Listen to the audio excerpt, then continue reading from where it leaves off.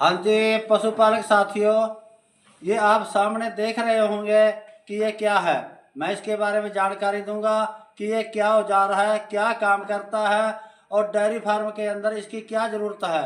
अगर नहीं होगा तो क्या नुकसान होगा, अगर ये होने पर क्या फ़ायदा होगा, डिटेल के अंदर वीडियो के अंदर बताऊंगा। और वीडियो के अंदर दिखाते हैं कि ये क्या चीज़ है। हाँ जी पशुपालक साथियों, आज एक ऐसे विषय पर जानकारी दूंगा जो हर पशुपालक के लिए बहुत ज़रूरी है। आज के दौर के अंदर पशु बहुत महंगा है और जो खाना है ज़्यादातर बढ़िया नहीं है।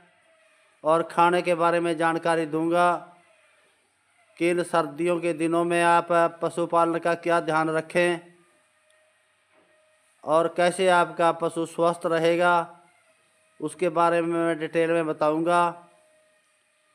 और जो नए साथी चैनल पर आए हैं, चैनल को सब्सक्राइब करें और लाइक करें और शेयर करें, क्योंकि जानकारी की वीडियो है, दूसरे साथियों तक भी पहुंचनी चाहिए। आज जो पशुधन है बहुत ही महंगा है। भैंस की कीमत कम से कम 1.5 लाख रुपए है। ऊपर तो हम अंदाज़ा लगा ही नहीं सकते कि कितने लाखों में है।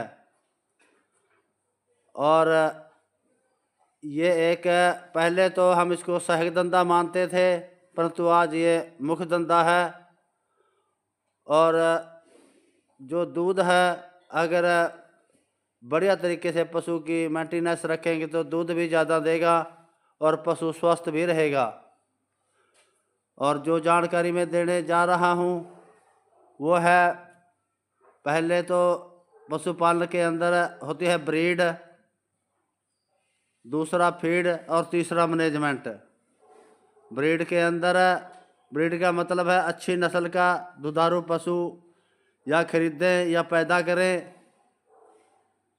और जैसे लोकल पशु है वो तो लंबे समय तक दूध भी नहीं देता और दूध भी कम मात्रा में देता है और खाता भी ज़्यादा है। पशुपालक साथियों, आपने ब्रीड के ऊपर फोकस रखना है। वही चारा 8 किलो वाले ने खाना है और वही चारा 20 किलो वाले ने खाना है। 20 किलो वाला प्रोडक्शन ज़्यादा देगा और आपको आमदन भी उससे ज़्यादा होगी। और जो उसका बच्चा होगा 20 किलो वाली का, और वो भी माँ जैसा ही होगा। क्योंकि अगर आप देसी नस्ल रखोगे तो बच्चे भी आगे देसी होंगे और वो कम से कम 3-4 साल में गाभण के लिए तैयार होंगे। और जो नस्ल का बच्चा होता है, जैसे आपके सामने फीमेल काफ है, ये 17 महीने के लगभग होगी जब गाभण हो जाएगी और मात्र 27-28 महीने में ब्याह जाएगी।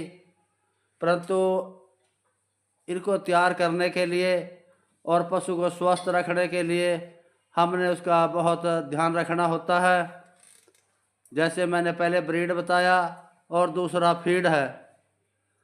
फीड के अंदर आप उसको बहुत ही बढ़िया खाना देना ज़रूरी है। बहुत बढ़िया का मतलब ये नहीं है कि आप काजू बादाम खिलाओ, क्योंकि इसकी डाइट है जो, वही डाइट साफ़ सुथरी होनी चाहिए। साफ़ सुथरी के अंदर क्या है, जैसे अनाज है, अनाज 40% अनाज होते हैं। अनाज के अंदर मक्का, गेहूँ, जौ, जई, बाजरा कुछ भी हो सकता है। और 40% अनाज के अंदर जो अनाज डालते हैं बिल्कुल साफ़ सुथरा अनाज डालना चाहिए। क्योंकि आमतौर पर जो किसान मंडी में अपना खेत से अनाज लेके जाता है, वहाँ जो उसके नीचे वेस्ट निकलता है उसी को बोरी में डलवा कर ले आता है। और वो कहता है कि ये पशुओं के पास डाल लेंगे। तो पशुपालक साथियों, हमने मंडी के अंदर उसका वेस्ट नहीं डालना, क्योंकि वहाँ पर मरा हुआ दाना होगा उस अनाज के अंदर और डैमेज अनाज होगा। आप साफ़ सुथरा अनाज डालिए अपने जो घर में अनाज स्वस्थ रखा हुआ है उसी में से उसके पास डालिए और बढ़िया फीड बनवाइए, क्योंकि ये पशु भी एक तरह से कोल्लू है। जैसे कोल्लू के अंदर हम अच्छा गन्ना लगाएंगे तो अच्छा रस आएगा, और वैसे ही अच्छा अनाज देंगे तो ये अच्छी प्रोडक्शन देगा और सेहत भी बढ़िया रहेगी। और 35% खड़ होती है। खड़ के अंदर आपने उसको, जैसे बनौड़े की खड़ हो गई है, सोयाबीन की खड़ हो गई है और सरसों की खड़ होगी, तो आपने 35% खड़े लेनी है और 25% सह उत्पाद, जैसे चने की चूरी हो सकती है और गेहूं का चोकर हो सकता है, चने का छिलका हो सकता है, तो आप इनको ले सकते हैं। और पशु को हर रोज़ 70-80 ग्राम नमक चाहिए। नमक 2 तरह का मिलाकर, जैसे सेंधा नमक और टाटा नमक दोनों मिलाकर 60-70 ग्राम नमक चाहिए। 30 ग्राम सुबह, 30 ग्राम शाम को। ऐसे ही मीठा सोडा या मीठे सोडे की जगह आपको बफर मिले तो आप बफर डाल सकते हैं। 60-70 ग्राम बफर सुबह, 60-70 ग्राम शाम को।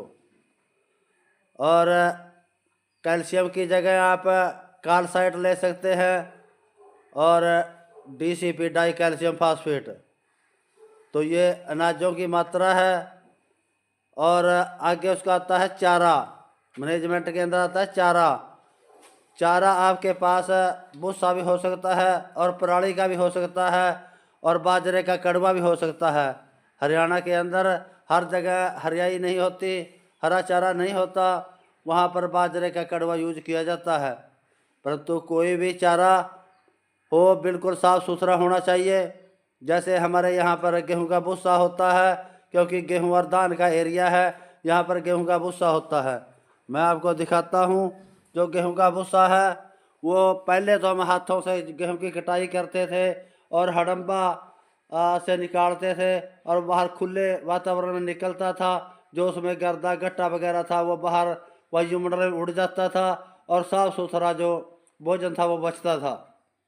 परंतु आज मशीनी युग है, मशीन ज़्यादा बढ़ गई है। कंबाइन से कटाई कराते हैं और फिर रेपर से उसकी तूड़ी बनाते हैं। रेपर की जो ट्राली होती है तूड़ी बनाने वाली, उसकी जो जाली होती है खुली नहीं होती। लालच बस जो बनाने वाला होता है उसने संगनी जाली या मच्छरदानी प्लास्टिक की जैसे लगाई होती है और गर्द बीच में रह जाती है, और वो गर्द पशुपालक साथियों नुकसान करती है। क्या क्या नुकसान करती है? उसके रूमन के अंदर जो पहला खाना है उसको रूमन बोलते हैं। रूमन के अंदर जाकर वहाँ पर वो जम जाती है अंदर, और उसके साथ चारे के साथ मिलकर मुंह में जुगाड़ी के लिए नहीं आती और आहिस्ता आहिस्ता जमा होती रहती है और पशु फिर बीमार पड़ जाता है। अगर बीमार पड़ गया तो साथियों बहुत कीमती जानवर है और दोबारा कामयाब नहीं होगा और कई बार उसके कारण अफारा हो जाता है। फिर आप पूछेंगे तो इसका क्या हल है? तो साथियों मैं इसका हल बताता हूँ, और ज़्यादा महंगा भी है नहीं। पशुपालक साथियों, आमतौर पर हम किसी भी काम को करते हैं, निपटाने का काम करते हैं कि चारे का निपटा दिया है। साथियों हमने काम निपटाना नहीं है, हमने काम करना है। जैसे भूसा आपको दिखाई दे रहा है, इसके अंदर बहुत तरह की गर्द मैं दिखाता हूँ। एक औजार लेके आए थे हम, वह औजार दिखाता हूँ आपको। इसको देसी भाषा में झाड़ना भी बोलते हैं और छानना भी बोलते हैं। अलग अलग स्टेटों में इसका अलग अलग नाम होगा। तो ये मात्र कुछ ही मिनट की प्रक्रिया है। जैसे देखो इसके अंदर एक साइड से इसके अंदर भूसा डाला और चला, तो इसको थोड़ा आहिस्ता आहिस्ता घुमाएंगे तो जो भूसा है बिल्कुल साफ़ सुथरा होके इधर से निकलता रहेगा। देखो इधर से निकलता रहेगा बिल्कुल साफ़ सुथरा होके, और जो गर्दा है, मिट्टी है, घट्टा है, जो पशु को तंग करता है और बीमार करता है, इधर से ठग रखा, तो देखो इधर आ गया है।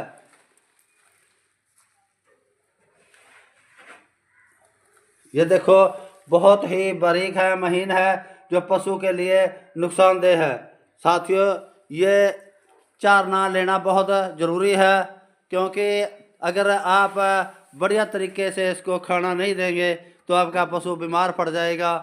साथियों, हमने पैसा बीमारी पर नहीं लगाना, मैनेजमेंट के ऊपर पैसा लगाना है। और ये देखो बहुत ही आराम से, देखो उधर से गिराया भूसा और इधर निकल गया। और जिस भी साथी को ज़रूरत है चारने की, तो मेरे पास आए हुए हैं स्पेयर। तो पहले तो मैं अपने लिए लेके आया था, कुछ साथियों ने मंगाए थे उनके लिए लेके आया, और एक दो मैं फालतू लेके भी आया। अगर किसी साथी को ज़रूरत है तो वो ले सकता है। पशुपालक साथियों, एक और बताना चाहता हूँ, सर्दियों के दिनों के अंदर पशु का रख रखाव बहुत बढ़िया तरीके से करना पड़ेगा। जैसे हमने पानी के खाने लगा रखे हैं, पानी इनमें से अपने आप पीता रहता है, परंतु सर्दियों के अंदर थोड़ी समस्या रहती है, पानी का टेम्परेचर डाउन हो जाता है। इसीलिए हम रात को इनको खाली कर देते हैं और सुबह ताज़ा पानी ही पिलाते हैं। और सुबह पानी पिला के फिर इनमें थोड़ा बहुत डाल देते हैं। अगर पीना है तो पी लेता है, नहीं फिर इसको बंद करके खाली कर देते हैं। क्योंकि जब भी पानी पिलाएंगे या तो गुनगुना पानी पिलाइए गर्म करके, या फिर ताज़ा समरसीबल का पानी पिलाइए इनको। तो पशुपालक साथियों, ये मेरा आज का वीडियो है और उम्मीद करता हूँ कि आपको पसंद आया होगा, तो दूसरे साथियों तक भी शेयर करें। तो ये छोटी सी जानकारी थी। अगर किसी को तूड़ी छानने वाले की ज़रूरत है तो मैं इसके अंदर अपना नंबर डाल दूँगा, तो उस नंबर पर संपर्क करके ले सकते हैं। और दिखाता हूँ जो नए चारने लेके आए हैं वो उनको भी दिखाता हूँ मैं।